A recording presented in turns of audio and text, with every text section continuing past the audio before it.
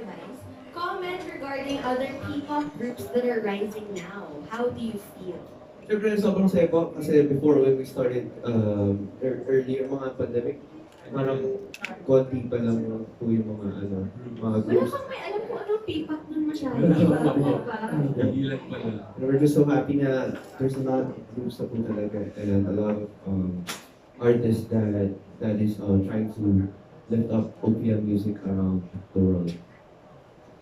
Meron ba kayong parang nagugustuhan na bagong artist ngayon? May pinapakinggan ba kayo? Ganun? Si ano? Ay, di ba siya group daw? Sige, okay lang. Sa single. Yeah. Oh, yeah. I heard she's about this.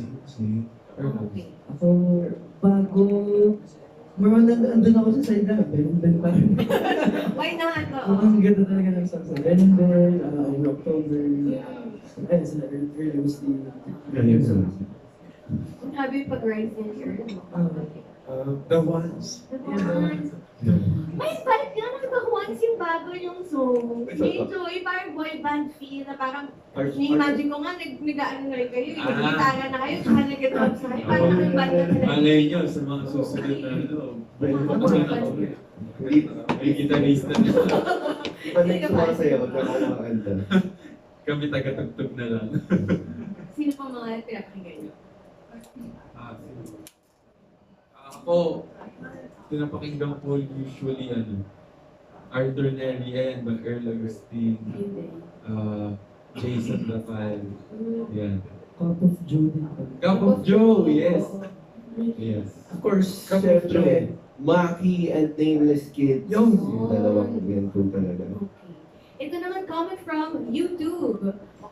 Boknay, we love your new songs. Wait, Boknay 3310 ba yun? Boknay 3310. We love your new songs. Excited na sa Jello acting career. Oh! Kami din, dahil di pa namin nakikita.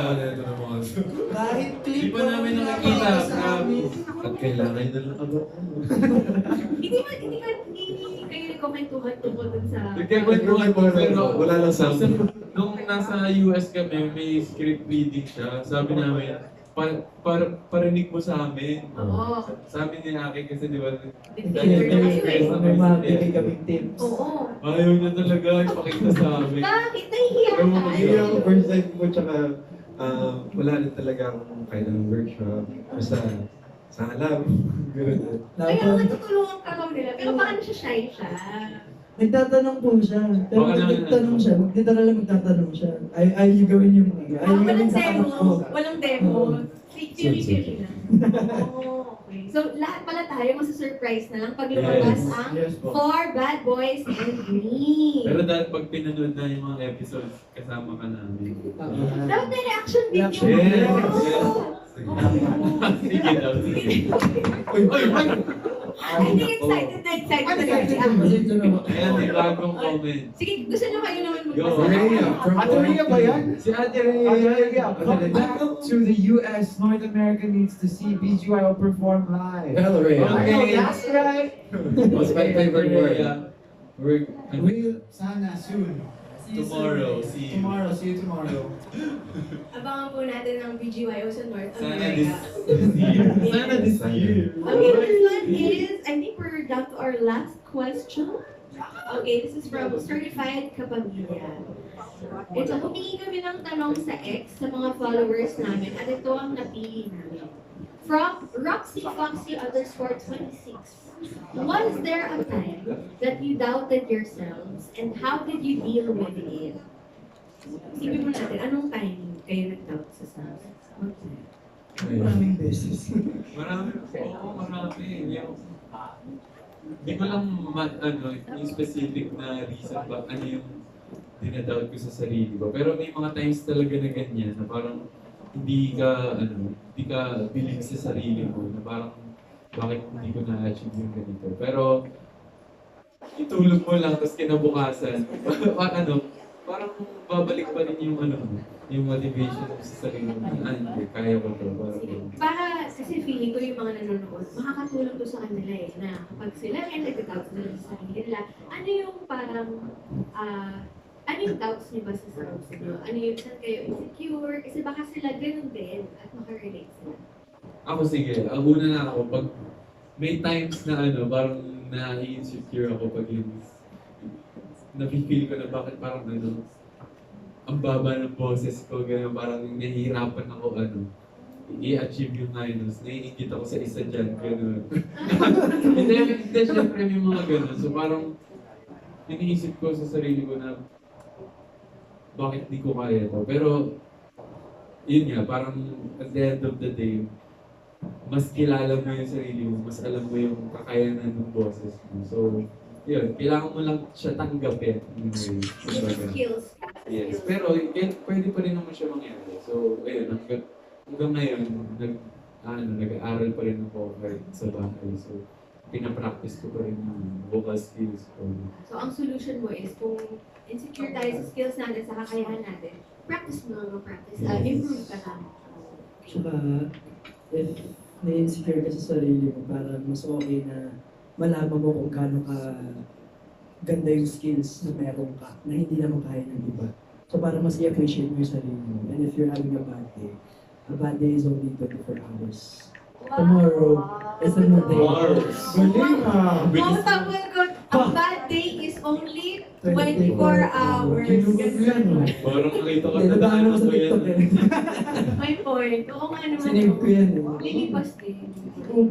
Yes. Ay, siguro kapag yung sa mga times na nag-doubt ako sa sarili ko, hinali yung parang, I am not good enough. Parang, minsan kasi it can get overwhelming sa'yo kapag sabay-sabay dumating.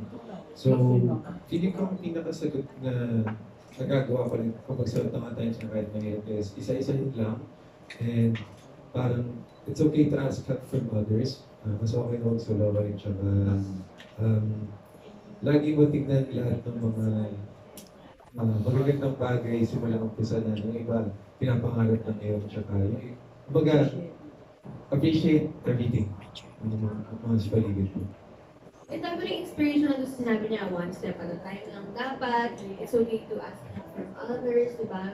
Yun yung mga talagang dapat natatandaan natin when we're down. Nathan, Ako po, I think yung pinaka-best na thing to remember is you're not alone, kahit maybe there's somewhere like around the world who's experiencing the same thing and also struggling the same amount, and they're still pushing. So if they can push, I think you can also push your hardest and give everything you have. They'll pwede always rin be there. to get inspiration from others na seeing them na silang kaya nila, kaya mo rin. Yes po. And Mickey? Same po. Para sa akin po, just keep on going. Alam ko, lagi mo sinasabi ng mga tao, pero that's the reality. Parang, so, ganun lang kasimple. Just do it, just keep on fighting tuloy-tuloy mo lang. Kasi at the end of the day, that hindi ka kalaban mo lang is yung sarili mo. Live in the present. Yeah. And watch Blue Lock. Yan. Yung anime. Will change your life. Then, Ay, yun ang nakatulog din sa'yo. Yes. Blue? Lock. Lock. So, football anime. Oh, okay. Sige, try natin yan. And now, may humahabol po last question. Ayan. Pang finale talaga. Mr. Julani na Fabante! hello po. Yes, yan, good afternoon. Good afternoon po. Siyempre, actually na-excite kami na pumunta dito sa Preston. Ang dami na ito, 4 ang Preston, pero hindi na talaga kayo. Salamat po. Oo, yung DJI, 4 na yun. Pero talagang, nung mapanood namin kasi sila, Star Magic, syempre yung Star Magic World Cup, di ba? Ang bombe naman. Tapos nag-perform sila, bigla kami na-excite, sabi namin, dapat unahin namin yung Preston.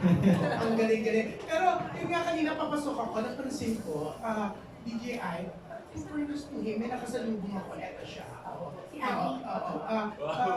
Talagang nakangiti, talagang, alam mo iba sila. Kasi di ba, ang sabi mga ganito, mga, they're after, kumbaga, pattern sa mga K-pop, di ba? Na parang hindi ganun, kumbaga, approachable, hindi ano. May pag-snap, may mga problems sa sinusunod. Pero sila, kami sanay kami, even yung K-pop, may mga ang daming martials, mga ano, di ba? Pero eto, parang ang sarap umaten ng press con kasi wala kayong mga ganong arte. Kaya, bakit hindi ma-arte ang mga BGY? Lagi namin narinig, ang bait niyo raw. Nag-enjoy po kami lagi and we're always thankful for everybody we're working with. Kasi opportunity po siya para mag-share ng music and everything we've been working on for years. And they're there, so we're here and we give our best kasi everybody here is giving their best. So Tsaka, it's always putting us in a good mood. tsaka speaking ko lahat kasi kami, respect lang talaga lahat ng tao sa paligid and alam namin yung parang use tsaka yung help kapag mag-spread ka ikaw mismo ng positivity sa paligid mo, lalo sa ka-workmates. Para sa akin, di kasi ang sarap yung mumiti ka lang, may mangitiyan ka lang na tao na makasalubong mo. Kasi parang magbibigay ka ng positive energy kahit di mo man siya kilala. Kahit sa, alam ko, sa ABS, makasalubong namin, Marshalls, kung sino man, mag-smile ka lang, parang magpapasa ka na ng good energy sa kanila. Parang domino effect po sa Something, kapag yes, sir. Parang susmile din yung mundo sa iyo. Positive lang. Pero ang sarap kasi hindi nyo nilalagay sa isipan nyo na yung mga achievements, di ba? Kaya nga nandito tayo ngayon sa Spotlight Press Con kasi isa kayo sa pinakamalaking talents ng Star Magic, di ba? Pero yun nga, pag may mga nagsasabi sila, sikat na sikat yun, syempre nararamdaman nyo naman yun, di ba? Pero ano yung ginagawa nyo para talagang laging nasa ground yung mga paa? Kami lahat naman po, I think, ano ba? Automatic. Yes, automatic. Parang, Hindi namin niisip na kumbaga, simula po nung una pa lang, dahil sa tagal na po na magkakasama, kahit may mga achievements or malalaking achievements man yan, same pa rin yung nag-feel namin eh. Kumbaga, parang hindi siya pumapasok sa utak namin. Kumbaga, kung sino kami ng una, ganun pa rin po kami hanggang ngayon. yes, and feel ko nakatulong din po sa paglaki sa amin yung mga Star Magic coaches. Pag-guide sa amin ever since we started training with Star Magic po. And parang na-train po nila kami and marami po kami natutunan na magagandang bagay sa amin. Malaking tulong din po yung mga advices po ng parents namin na huwag nakakalimutan ko sa kami nangyari. So, very thankful din po kami na bukod sa Star Magic management, sa mga aces namin, sa parents namin. Parang, ang saya lang din po kasi na-share yung accomplishments na na-achieve namin sa kanila. So parang, kung i-keep namin na parang hindi namin sila papansin, hindi ningitian. So parang sayang yung achievement na nagawa namin. Eh, hindi rin naman namin ma-achieve po yung hindi rin naman dahil sa hindi dahil sa kanila. So, share lang po ng share ng positivity and good vibes. Thank you po. Isa pa napansin namin, very solid ang BGY. Talagang parang magkakapatid kayo, pamilya talaga. Wala kami naririnig kasi yung may mga ibang grupo kasi hindi maiwasan. Parang because of some fans, so parang nagkakaroon ng competition na sa isa't isa, diba? Pero kayo, parang walang ganong issue. Parang very solid yung BGY. Yes po, kasi kami lima, parang kilala namin yung isa't isa talaga. Parang dun pa lang sa rason na yan, sapat na. Para makita sa labas kung ano yung totoo kami, yung kung paano kami naturally, on and off. Sobrang laking tulong din na nagsama kami ng ilang taon. Lalo na sa isang bahay for 3 years.